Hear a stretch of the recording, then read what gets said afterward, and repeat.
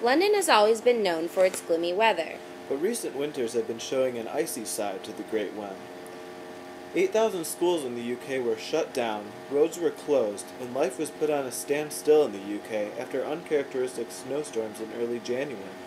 The UK's reaction to the recent snowstorms were beyond extreme, but even more so in the countryside, where the storms were worse and snowplows were lacking. Longtime New York Times correspondent Sarah Lyall says that the British just aren't capable of handling this kind of weather.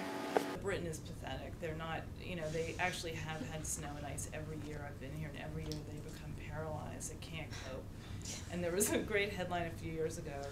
There was like literally a dusting of snow, and all the subways shut down, and the trains were delayed, and they shut down. And the headline said, "Inch of snow causes chaos." Although the British and snow do not mix well, questions are arising of whether climate change is causing the worst winter in 30 years, and more questions of whether Britain's government is doing something to address the issues. According to New York Times financial correspondent Landon Thomas, Prime Minister Gordon Brown gave £100 billion to contract many energy-saving companies to develop wind farms that are not exactly in the place you would expect them, in the ocean.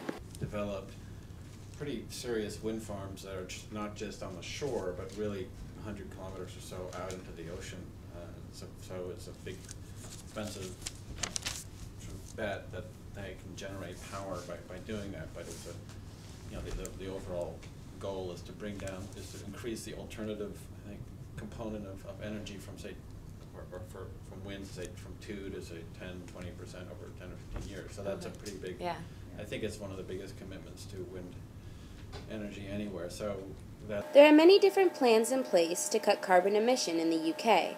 A recent climate change bill contains provisions that will set a legally binding target for reducing UK carbon dioxide emission by at least 26% by 2020 and at least 60% by 2050.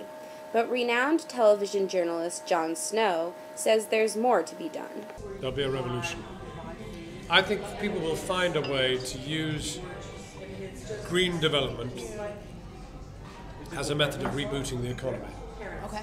Bringing jobs in making recycling depots, wind turbines. Although John may be hinting at an agreeing method, many improvements still need to take place. What are English views on global warming? Is it the same as America's, that we believe it's happening but we're not doing much about it? That sums it up, yeah. Reporting for Columbia College Chicago, I'm Lucas Seiler. and I'm Ashley Godfrey.